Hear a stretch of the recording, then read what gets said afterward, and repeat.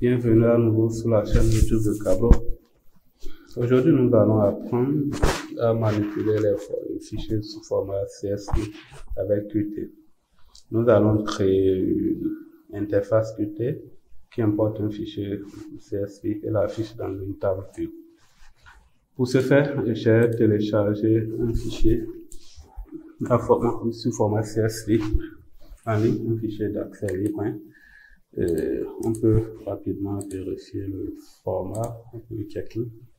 Vous voyez bien, c'est le format CSV. Le fichier, c'est lu. C'est 6916 lignes. Ok. Notre interface va se charger de prendre ce fichier et de l'afficher sous une table vue de notre application. Sans plus tarder, nous allons démarrer avec la création d'un nouveau projet sur Qt. Ça ira vite pour la création parce que dans nos précédentes vidéos, nous avons parlé de nous avons expliqué comment créer un fichier Qt. Vous pouvez voir le processus de création d'un projet Qt dans nos précédentes vidéos. Là, je choisis une autre.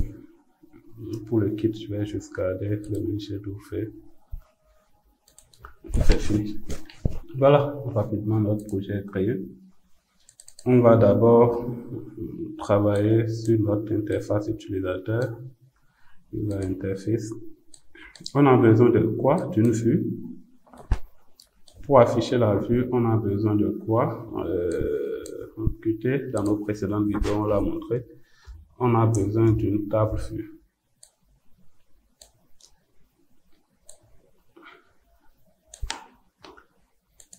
Et on va aussi prendre un bouton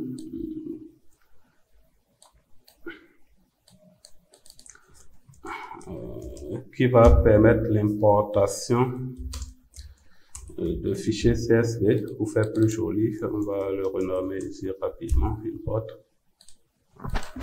Ok. Qu'est-ce qui va se passer? On va créer un slot.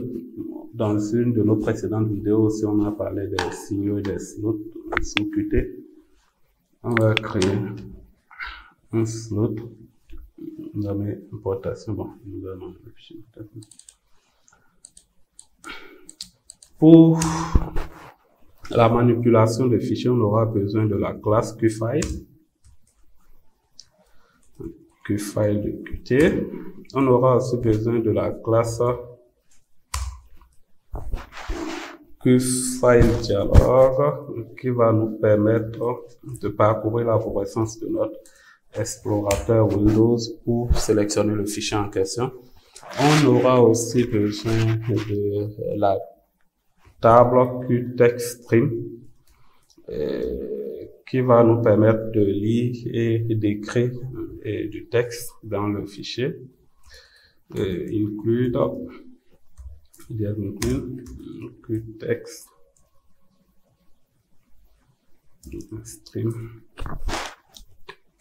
Bon, pour la constitution de notre modèle, comme d'habitude, on va inclure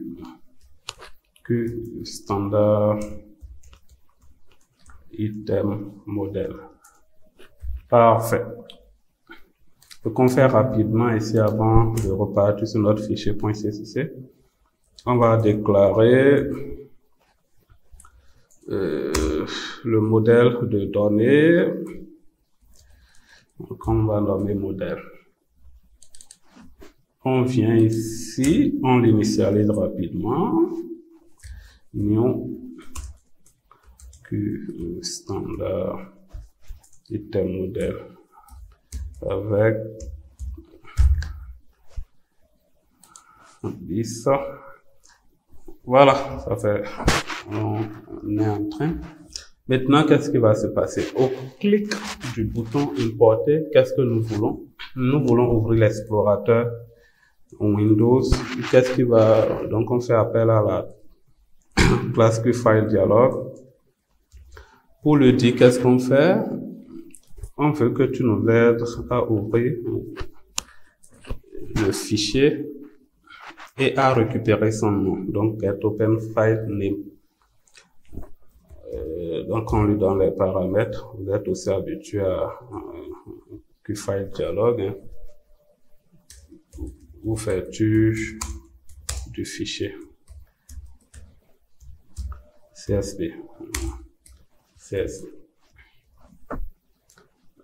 On lui dit qu'on veut qu'il ouvre le fichier et qu'il récupère le nom. Maintenant, pour faciliter l'exploration de notre disque, on va dire, ok, il faut ouvrir par défaut le répertoire route. Quel type de fichier on veut ouvrir? Les fichiers CSV. Les fichiers CSV sont des fichiers qui se terminent par l'extension CSV. Ok, on a le fichier là. Maintenant, on a le nom du fichier. Normalement, on doit pouvoir recueillir le nom du fichier. Donc, on va déclarer une variable nom du fichier avec fichier de type automatique qu'on va recueillir. Maintenant, la première des choses à faire, quand on a un nom de fichier, quand on a le nom du fichier qu'on recueille, la première des choses à faire, c'est de vérifier si le nom du fichier est correctement recueilli. Donc, on fait nom fichier is empty. Si le nom du fichier est vide, on ne fait plus rien, on quitte la boucle et la fonction. Après ça, qu'est-ce qu'il faut contrôler? On va contrôler si le fichier est ouvert. Avec un if encore, si le fichier est ouvert, mais bien avant ça, il faut d'abord l'ouvrir. Donc on crée QFile.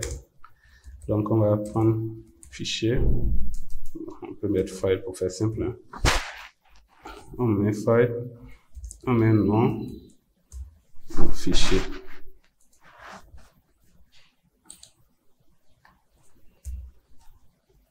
On vérifie est-ce que le fichier existe ou est ouvert en lecture, s'il vous plaît. Si le fichier est ouvert en lecture IO device, bon, c'est la lecture celle qui nous intéresse, donc on met un read only. Si le fichier est ouvert en lecture, c'est là où on va manipuler le fichier. Par contre, s'il n'est pas ouvert en lecture, on ne fait rien, on quitte la fonction. Voilà. Maintenant, on est sûr que le nom du fichier existe et qu'il est ouvert en lecture. Maintenant, on fait appel à notre QText stream pour manipuler le texte dans le fichier. Texte, il prend en paramètre le fichier qui est ouvert. La référence du fichier qui est ouvert, bien sûr. On a le texte. On va commencer par lire dans le fichier. Pour ça, on utilise while. On va vérifier quoi? Tant que le fichier n'est pas, tant qu'on n'a pas parcouru tout le contenu du fichier, donc on va dire tant que while, tant qu'on n'a pas parcouru tout le contenu du fichier, test est atteint, c'est-à-dire on a parcouru, tant qu'on n'a pas parcouru tout le contenu du fichier. On fait quoi? Tant qu'on n'a pas atteint tout le contenu du fichier, la première des choses, puisqu'on va afficher ça dans notre modèle de données, c'est de donner ces trois comptes, c'est le nombre de lignes de notre truc et modèle de données. La première des choses à faire, c'est de définir le nombre de lignes que notre modèle de données va prendre. C'est initialiser en réalité notre modèle de données, puisque là-bas, on ne l'avait pas initialisé. Pour ce faire, je vais déclarer NB,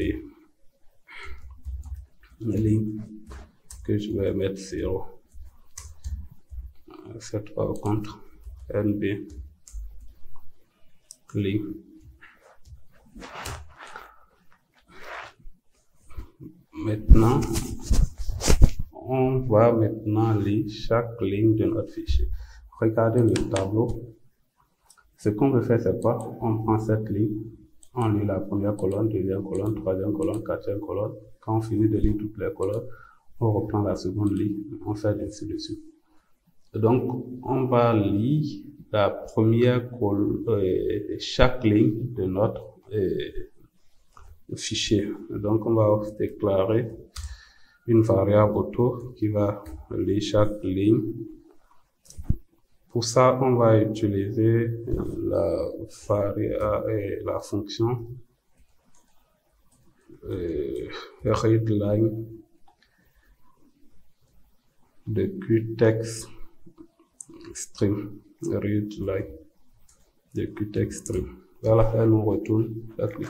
Donc maintenant, ce qu'on fait, pour chaque ligne, on va créer un tableau de valeurs. Pour ça, on va déclarer notre tableau valeur. On recueille la ligne. Et pour le faire, on va utiliser la fonction splice. Bon, la particularité des fichiers CSV, c'est que pour chaque ligne, chaque colonne est séparée par un séparateur. Par exemple, si j'essaie par exemple d'enregistrer le fichier truc, vous voyez ça, et comment est délimité, à dire que le séparateur ici, pour ce fichier, c'est une virgule. Donc, on a notre tableau de valeurs pour chaque ligne. Dès qu'on a le résultat du tableau de valeurs, qu'est-ce qu'on fait? On va voir au niveau des colonnes de notre modèle, parce qu'on a initialisé le nombre de lignes. Cette colonne, maintenant pour recueillir, d'abord pour recueillir le nombre de colonnes, il faut prendre la taille de chaque tableau de valeurs. Donc je vais déclarer un limite et NB colonne. Dans NB colonne, je vais prendre valeur. Pour ce tableau de valeurs, je vais recueillir size.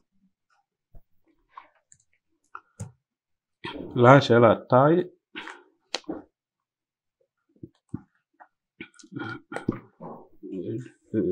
Tableau, donc c'est le NB colonne que je mets ici, qui sera le nombre de colonnes de mon modèle de données. Maintenant, on va parcourir les valeurs du tableau. Pour ça, on va utiliser for. Et là, c'est le nombre total, c'est le nombre de colonnes, puisqu'on est en train de parcourir le nombre de valeurs dans le tableau de valeurs de chaque ligne. Pour ce qu'on va faire pour faire plus joli, on peut mettre cette, pour chacune des colonnes, on va alimenter notre modèle de données. En utilisant, on peut faire appel à une fonction set, un setter, cette valeur à la position. La position, c'est cette ligne cette colonne et la valeur dans notre tableau de valeur à la colonne I. Voilà. Quand on finit ça, on le fait pour la première ligne.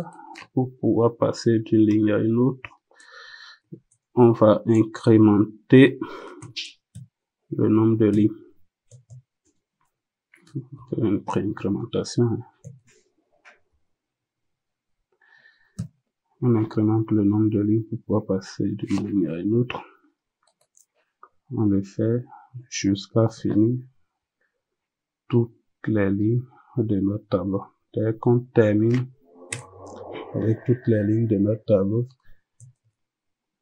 et que le modèle est nourri, on va afficher ça, cet modèle dans notre table view, cet modèle. Voilà, et on ferme le fichier puisqu'il était ouvert en lecture. On le ferme. Ce qu'on vient faire ici, on va implémenter notre fonction voidGet. On va implémenter notre fonction là. Je vais la copier juste. Là. Elle prend un int I, un int J et une constante qui est un QString qui est la valeur, recueille la référence à la valeur.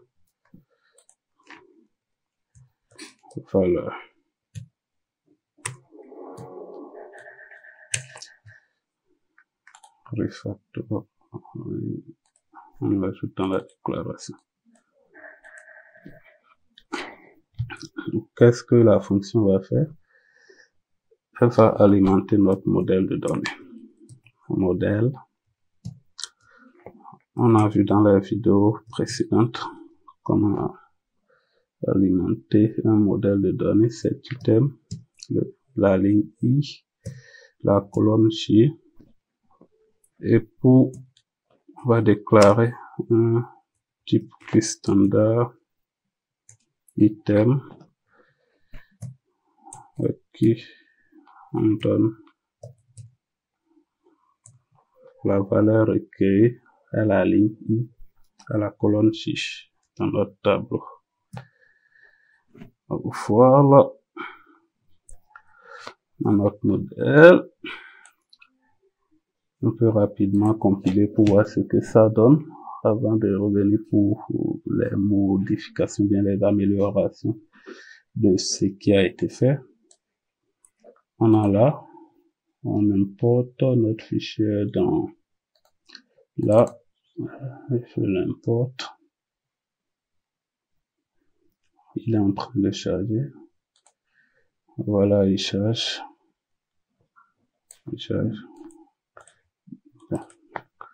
Ce que je fais pour que ce soit date, je fais un grid out.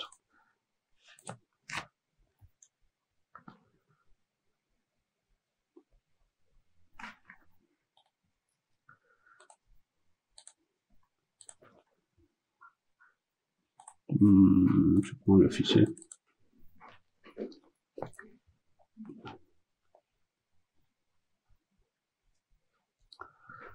Voilà, c'est plus joli.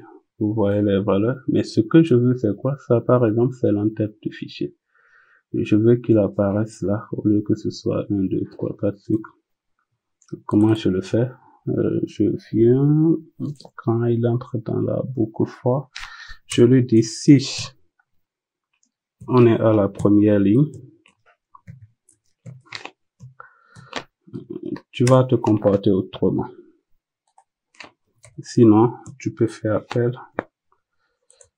à la fonction cette valeur à la position temps.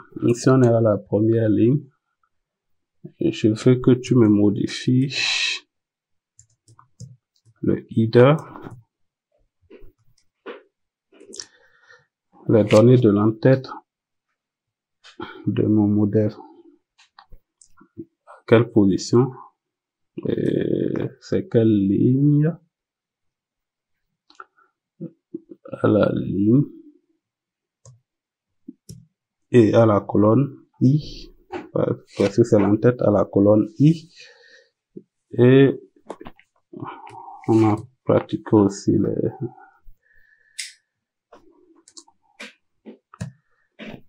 tout ça là, on l'a vu dans les vidéos précédentes, hein. Cette idée horizontale, ça veut dire que le positionnement est horizontal. Et quelle est la valeur qu'il va prendre? Je lui dis de mettre la valeur du tableau puisqu'on est à la ligne 0 et à la colonne concernée. Okay. Donc là, on a le set id, donc on a modifié l'entête là. Maintenant, on va dialoguer parce que quand on sera à la première ligne, il faut lui dire que il doit pouvoir nous afficher ça à la première ligne, à la ligne NB ligne moins 1 de dans notre modèle. Puisque là, c'est ici qu'on a fait appel au modèle. Donc, il faut aller à la ligne NB ligne moins 1 de notre modèle. Ok, quand on le fait comme ça, normalement, il doit pouvoir nous changer l'entête. Le tableau de bord. Je reprends.